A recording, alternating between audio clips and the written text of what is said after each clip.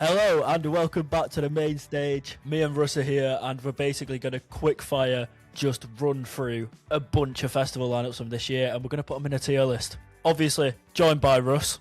Yes. Thank you for having me. If there's someone that knows festivals here, it's Russ. He's the guy. He knows his stuff that's at front. Let's just get straight into it. Let's not take the piss. First up, we have Download.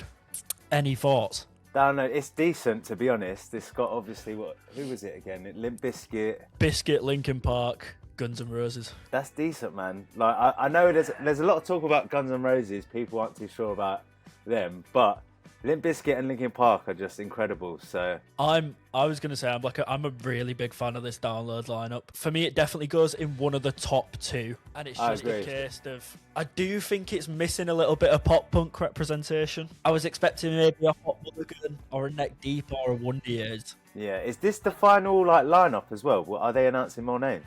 They do have more names, and that's what I'm thinking. I expect that those pop punk kind of names are gonna come in the next wave. Yeah. But as far as this goes, I do think it's really solid. If you like metal, if you like the Download kind of music, like, you can't really go wrong with this lineup. Yeah, no, I agree. I'm gutted I can't go, but yeah, like I wish I could. Like I saw the lineup, I was happy with it. So if I was going, I'd be very happy. I don't think we're going to have many unmissable ones, so I'm kind of tempted to throw it into unmissable because I don't think we're going to get many. And as well, like, you can say what you want about like your favourite band per se might not be there, but just in terms of like a really well-rounded lineup. Yeah, fair enough. I'm happy for it to go there. Next up, we got Boardmasters. You're probably the man for this. You know Boardmasters better than I do. Yeah, so there's a lot of talk about it. I think the consensus is people aren't happy, to be honest, especially when you compare it to previous years. But me personally, I think it's good. If you look at it in isolation for what it is, I think it's decent. It was Kasabian, Fatboy Slim, and they've just added Lily Allen. They needed like a bit of a showstopper, and I feel like she was meant to be exclusive for Mighty Hoopla, so they've somehow worked it so she's playing Boardmasters as well. And there's a lot of like good up and coming bands on this lineup.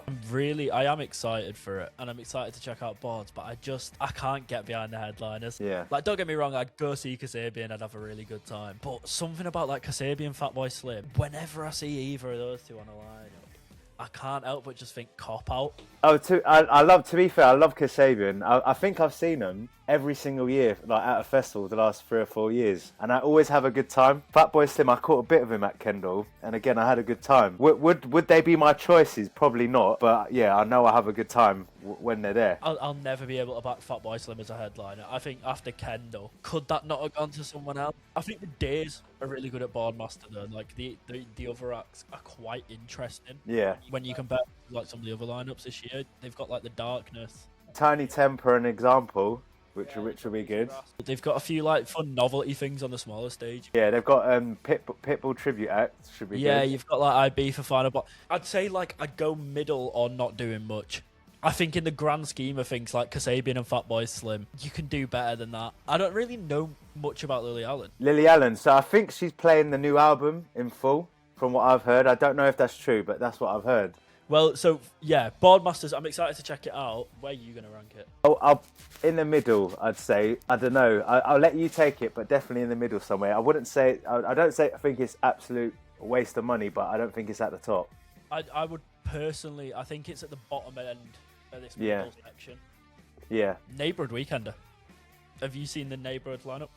I did when it came out. Who is it? Richard Ashcroft, is he on there? Got Ashcroft coming off the back of this Oasis tour.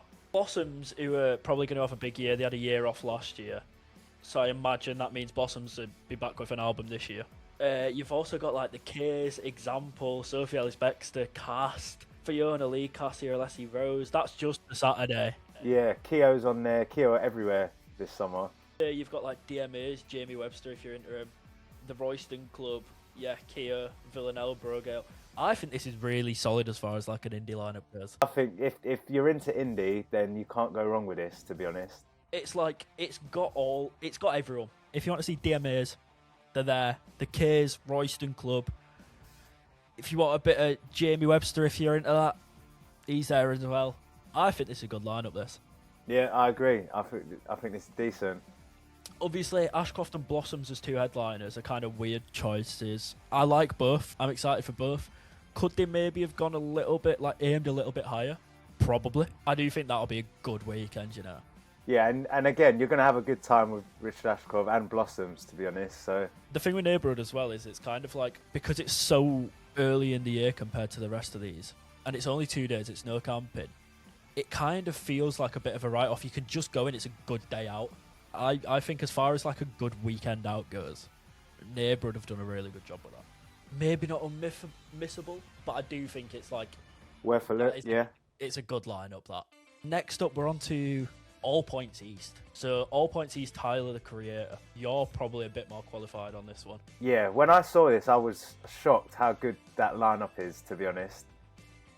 Obviously, he's doing he's headlining both days. It's a real concoction of just everyone that's big and trendy at the minute. Even like the genres, it's all over the place with the genres as well. It's everyone that's kind of really underground and trendy at the minute. It's like if you asked Alfie Clark his music taste, it is pretty much this lineup. Obviously, Tyler headlining both nights, like you said. Sexy Red, if you're into that. Turnstile, who, like, so different, but really fit really well on this lineup in the grand scheme. You got like Jim Legacy and Fake Mink. This is actually, the more I look at it, the more I like this lineup. It's not maybe what I'd go for. If you're into this kind of music, this is a good lineup. Probably worth a look, that. I'm not going to lie, I'd say this is unmissable, even though I will be missing it because it's the same weekend as Reading and Leeds. And then next up, we got 21 Pilots at All Point East. I think this is a great lineup, to be honest. There's one or two names that I'm really not a fan of. If you cut out some of the dead weight, the idea of just like Dead Pony, Nova Twins, Paris, Wonder Horse, 21 Pilots, that's some real firepower. Yeah, and there's only a few artists on there, but most of them are very, very good artists and bands. Obviously, they've made a point out of there being loads more to announce. I think that's a really good lineup. I won't go as far as unmissable. No. I was almost swayed by this lineup. What was it that stopped you? Was it Ren? Next up, we got Lord at All Points East, the last of the kind of All Points East trilogy. Again, I think All Points East have smashed it this year with every single one of their lineup. If you think Lord, obviously coming off her last album, massive. Then you got Pink Pantheress, Zara Larsson. They're like huge right now, especially. Yeah, this Zara Larsson thing's interesting, isn't it? Yeah. If there was ever an artist that like was about in the 2010s that you would go like, in 10 years' time, who do you think will blow up randomly? Zara Larsson would not have been on my list. It's kind of happened by accident now, isn't it? Like, her song went really viral with these dolphin memes, and that sort of like revived her career, basically.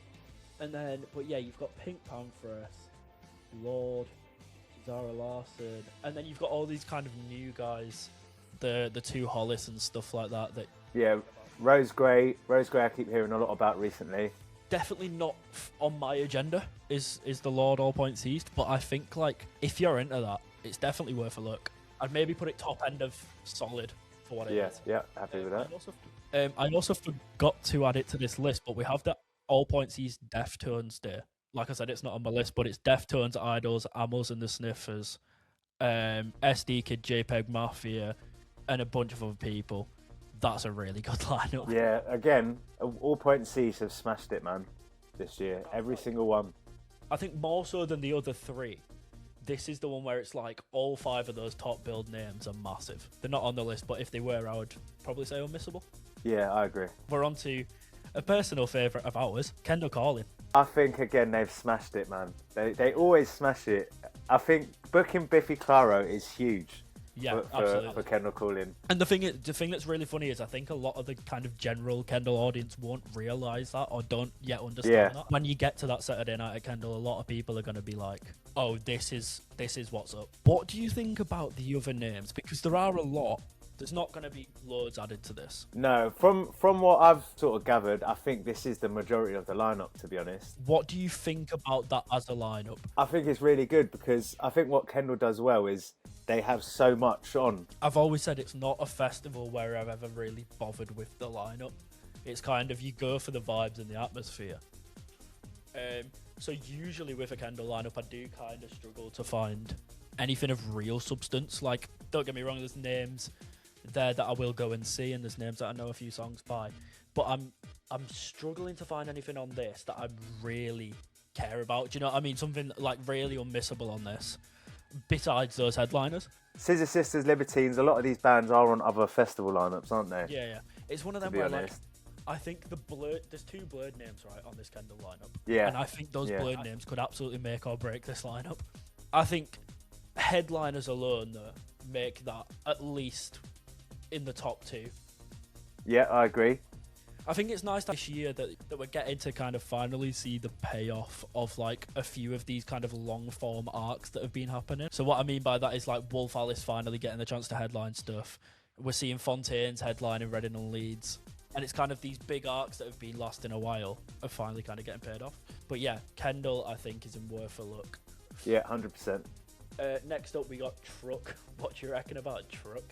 Truck. I like it. I'm going Truck again this year. I don't know about this lineup, man. I think I think the only thing with some of these, like Truck, Kendal, some of the headliners, they share a lot of the headliners, which is a shame, I think. Yeah, especially like for people like us who go to more than one, you'll be seeing a lot of the same artists, but they have got some sort of gems on there. I'm just looking. They've got Rizzle Kicks, English Teacher. I will say that because I've got zoomed in right, so I'm doing it right now. Of Truck Tramlines, why not? When you look at the headliners, so just look at kind of the logos, I think Truck has probably the best combo of them. Yeah. But I just think that's like the most consistent. Yeah, if I was to choose that, I'd choose Truck because I like CMAT as well. So I can't wait to see CMAT finally headline a festival. A lot of like the best names that you kind of see a few times on this poster, they all kind of converge on the Truck lineup. It's the one that kind of seems to have everyone. You've got the Cage, you've got English Teacher, Circle Waves, everything. The Royston Club. Like once again though, it's kind of one of them ones where I maybe wish they got a bit more inventive. I'd say solid for what it is. Yeah, I'd say solid. Onto Tramlines now, and I'll give them credit before we go into this because this is the best Tramlines lineup I've ever seen. The only thing is that I don't think that's like a hard bar to cross because I don't think I've ever seen a good Tramlines lineup. This just happens to like be an improvement. To be fair, Tramlines for me, it's not one that's always on my radar. I know again it's owned by like it's the same company, isn't it? Does a lot of them. Yeah. So I know they always share similar lineups, but yeah, it's not been one that's ever been on my radar really. I don't think I've barely spoken about it on my content. People from Sheffield love Tramlines. Yeah. In a way that like I've got a lot of mates from Oxford and they go to Truck, but they don't ride for it in the way that like Sheffield people ride for Tramlines. Yeah. I think this year they've got something to actually like, if they want to be happy about this and kind of tell everyone how good Sheffield and how good Tramlines is, I think they've got a bit more of a leg to stand on here. And I'm willing to give them credit just for the fact that like it's better than every other Tramlines lineup I've ever seen. I was pleasantly surprised by this. And it's a lineup where I look at that and I go, oh, that's an interesting thing. Let me see what I'm doing that weekend. Yeah. Like, I might not go, but it's one of them where I can look at it and go, oh, that's an option.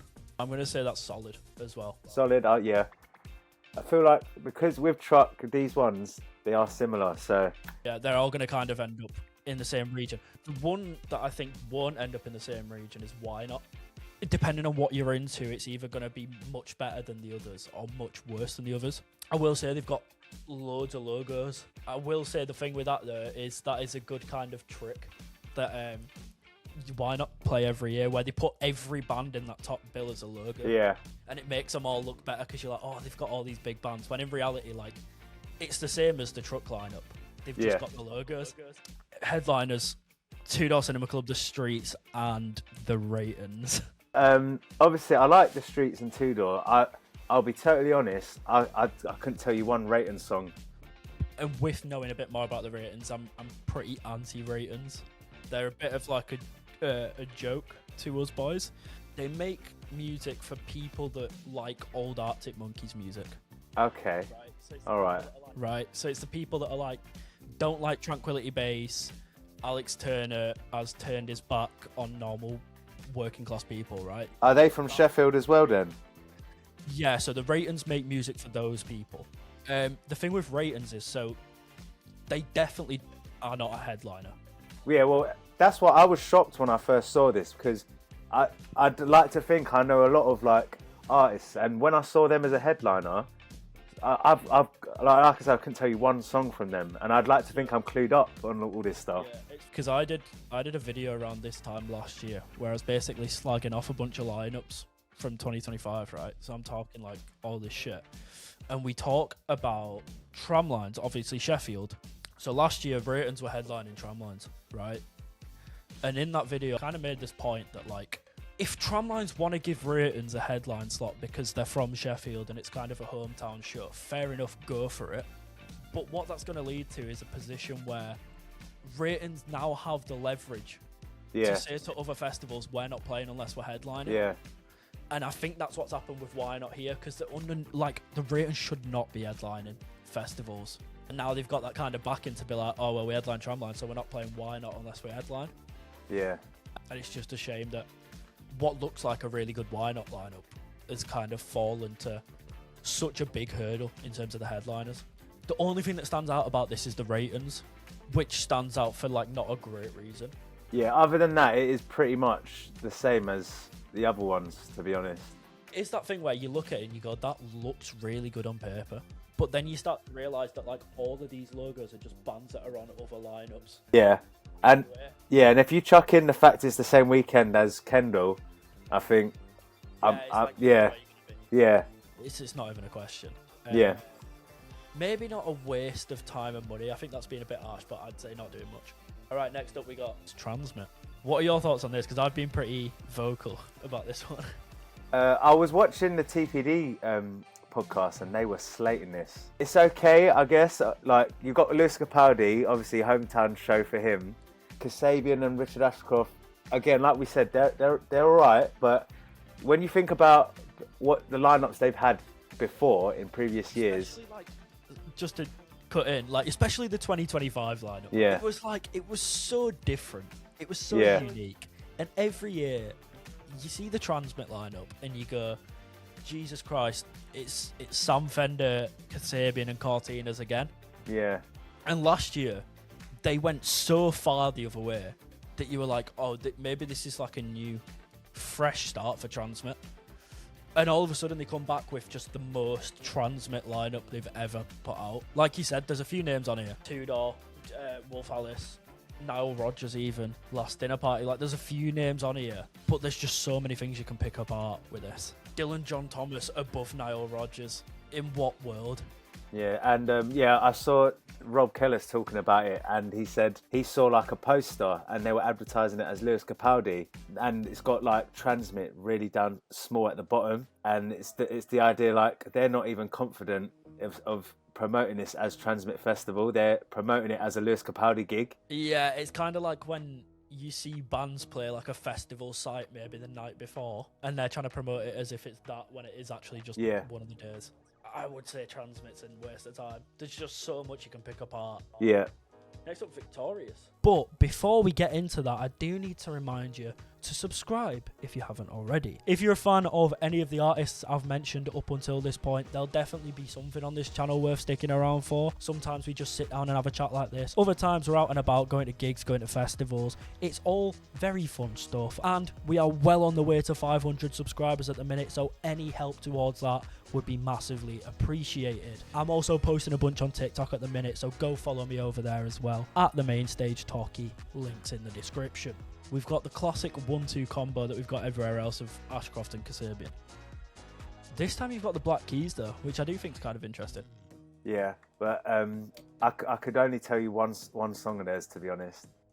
I'm saying I could tell you 2 or 3 maybe. But I at least like the idea that they've gone for something a bit different. Because when I see Black Keys, that to me is like, that's a Primavera headliner. Or like, they play cool festivals. You know, they're not your classic Transmit, Kendal type band. Yeah.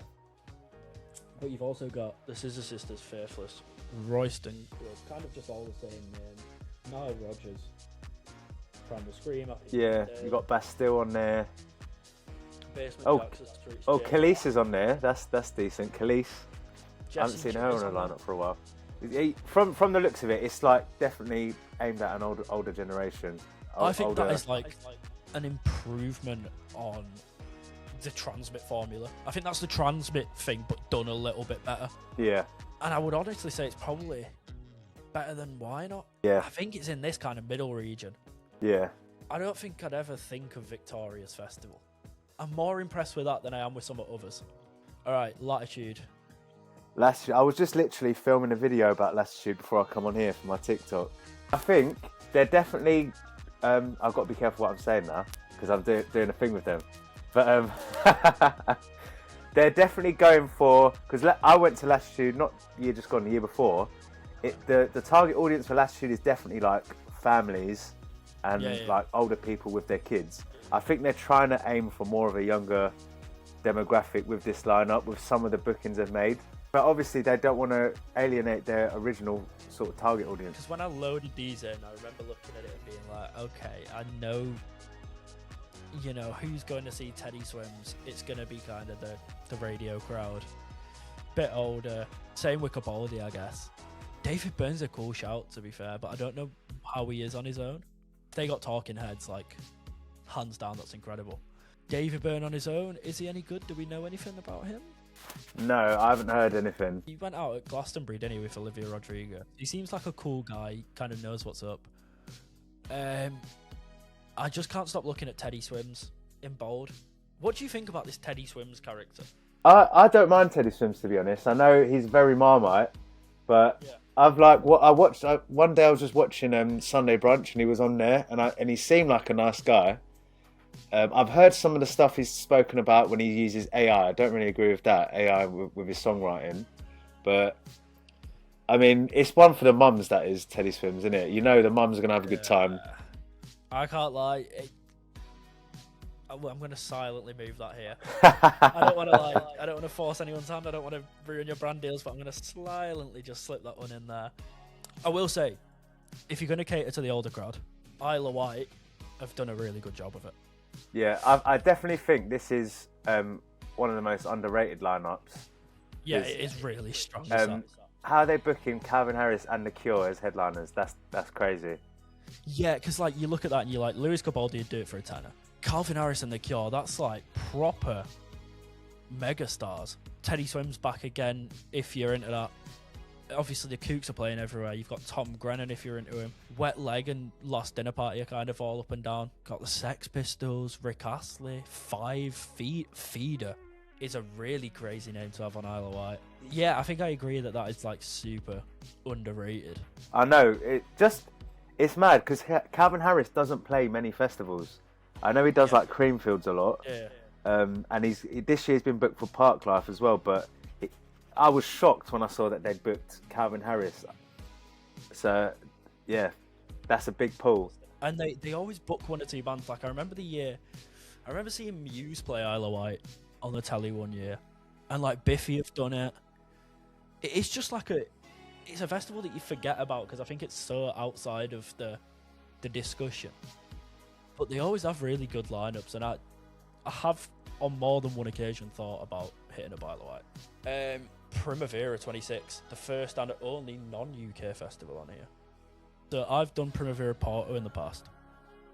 Very good festival. Really, like, the most beautiful location. I've been meaning to go back to Primavera, and I've wanted to go to Barcelona because obviously we saw the lineup for 2025, which was just ridiculous. Yeah, the 2025 one, I really wanted to go. Yeah. Those 3 headliners. That's what I thought Reading and Leeds were gonna do. And just like everything on top of that, it was just like if you genuinely at the time, if you said to me like the best festival lineup you could possibly put together for right now, I would have gone with that. So I was excited about Primavera 26, and we've got this lineup, and it's not for me, but I can accept defeat and be like, look, these are like good names: The Cure, Doja Cat, The XX, Gorillaz, Massive Attack, Addison Rae, Bloody MBV, Pink Panther, Skrillex, Peggy Goo. If you're into that, this is incredible. I'm just looking. If I was going, I'd be having the time of my life. There's some amazing artists on here. I was sort of saying to someone, the way I described it was, I was like, this is a really good lineup if you've got a better music taste than me. Do you know what I mean? For someone with a cooler music taste, this I imagine is incredible, but I'm not cool enough for this. I'm just looking at it properly for the first time now. I can't believe I've not spoken about this. Like, for me, this is like a 10 out of 10. You got Kneecap on there, Knock Loose, Little Sims. Yeah, Little Sims would headline Reading and Leeds. Yeah. You Role Model, Jade. There's just so many. There's so many on there. Slow Dive, Over Mono. Yeah, Geese are on there. Oh, this is incredible, this lineup. I don't know how this is like. I've not really looked at this. If you're cooler than me, this is a really good lineup. I can't put it as high as I would have put last year's. Like, you just can't. Like, Yeah, that's fair. I think it's just a bit less universal, is the main thing. It's like anyone could have gone to 2025 and enjoyed it. This one's a bit more tailored to like the audience that Primavera are trying to cater to. Should we go second top then? Yeah, worth a look. We've got two that kind of come as one, but I've got them as separate. There's one kind of glaring difference. Reading and Leeds. The reason I've got them separate is not for this whole like Reading versus Leeds thing. Because it is slightly different, yeah. There is one difference that I think makes such a major difference. But we'll start with like Reading. This is their default lineup. Yeah, so for me, when I saw this, because you know when they started announcing it, they started teasing some names the night before. And they teased 3 names. I think it was Fontaine's, Chase and Status, and Florence. And then they left it. And I thought, oh, those are the 3 headliners. I was actually happy with those 3 as headliners. I was a little bit different. Yeah. I was a little bit like, I like all 3 of those and I'm happy that it's those 3. But I think in my head, I was like, if those are 3 of the headliners, this is really good. Yeah. But if those are the 3 headliners, not so good. The next day, when they announced the 6 headliners, my mind was just blown. I was like, oh my, I was already happy with 3. They've added 3 more AAA artists. I was over the moon. I think it was Dave's name that I saw first. And in my head, I just clocked, I was like, oh, what headliner? Yeah. Dave. And then I just spot Charlie off to the side. Yeah, I think especially compared to last year, I don't think Reading and Leeds had a great lineup. I think the expectation was low from me. I didn't care to make a prediction this year. I didn't care to cross my fingers and hope for the best. I was just like, whatever happens will happen. And I'm really surprised pleasantly. I'm very happy. And then if we look at like the other names, again, there's so many good names on there. Like I actually had Skepta as a headliner. Like I was predicting him to be a headliner. So the fact he's down there, like it just shows how good this lineup is. That an artist like that isn't even a headliner. You've got Skepta. The one thing I will say about both of these is that I know they've not given us a lot. There's maybe 20 names on this poster. Bar the headliners, I don't think it's great. Obviously, Skepta stands out. Kneecap's a massive one. For me personally, those are really the only 2 that I'm... Keo will be alright. Keo, do you like Role Model? Jade? See, that's the thing. It's maybe a sign of my music taste, to be honest, because like there's not a lot on here beyond the headliners, but that comes with the fact that like I know there's going to be loads more added. Yeah, and they're obviously missing loads of alternative music, to be honest, and I'm pretty sure that they will be booking more alternative artists, like because it's Reading and Leeds. And I think as well the thing that I notice about this is like obviously Skepta's massive and Somber's kind of massive at the minute, but then that's like a massive jump from Skepta and Somber down to Role Model Jade, and we know this is Declan McKenna now. I feel like there's quite a big gap there. So I have a feeling that a lot of whatever is to get announced will kind of sit between and be kind of big-ish names. But yeah, Reading looks fun. But I think based on what we're about to talk about with Leeds, combined with the fact that I don't think beyond the headliners there's much, I'm going to put Reading a little bit lower. And I'm going to say, you might disagree with this, solid for what it is for Reading. If it was me, I'd put it at the top. Unmissable, but unmissable? No, 'cause for me, yeah, we know that. Like, we're not going to miss Reading and Leeds. Like, we know that's unmissable. But in terms of the lineup alone, I think I would say that's solid. Okay, yeah, all right, we'll go. However, there's a big difference. There's one glaring change on Leeds lineup. It is Kasabian, right? Yeah. And we've on the Thursday in this video we've talked a lot of shit about Kasabian. We've said they're boring. They're everywhere. We've seen them so many times. Usually, announce Kasabian as a headliner, and my first thought is, could it not have been anyone else? Like, is there no one else that could have done that slot? What Leeds have done, they've done it really smartly, is instead of giving Kasabian a slot that could have gone to any other band, they've just invented a new slot and put Kasabian on. Which is honestly fair game, because Kasabian are great. Like, they are a good live band. And I think a big problem with Kasabian is that thing of, like, just rinsing and repeating them when you could go for any other band.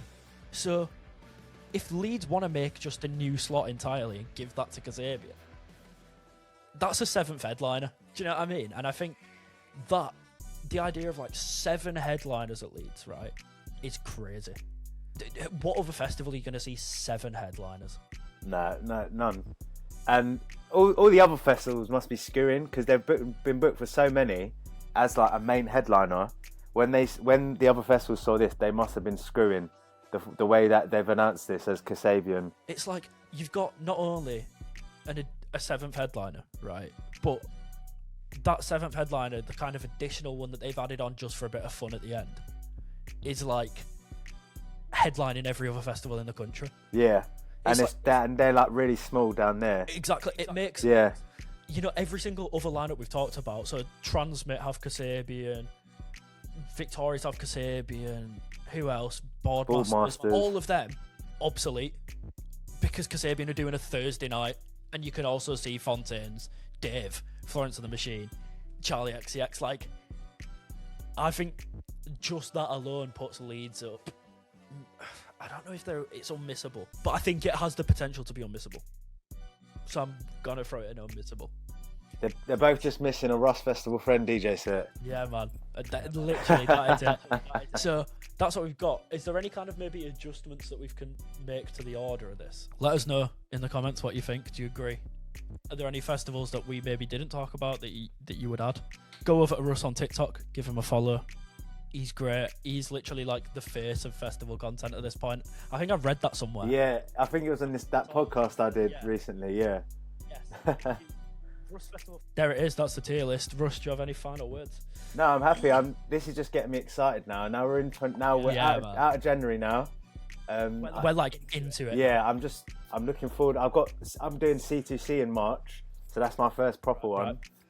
Okay. And then I think Slam Dunk properly kicks it off for me. In terms of like all the lineups, when you consider like the quality of all the lineups, I think it's a better year than we've had for a long time. Yeah, that's our discussion. If you're new around here and you're not already, please subscribe. We'd really appreciate it. We're trying to hit 600 subs by the end of the year. I've also got a TikTok where I'm trying to post a bit more frequently. My friend Russ over here is like TikTok merchant, always over there. Go and follow him. He's literally every day plastered all over your feed. I'm really trying to push my YouTube now as well. I'm doing a video a week, so I'm really trying to push that as well. So subscribe to Russ and I on YouTube. Follow Russ and I on TikTok.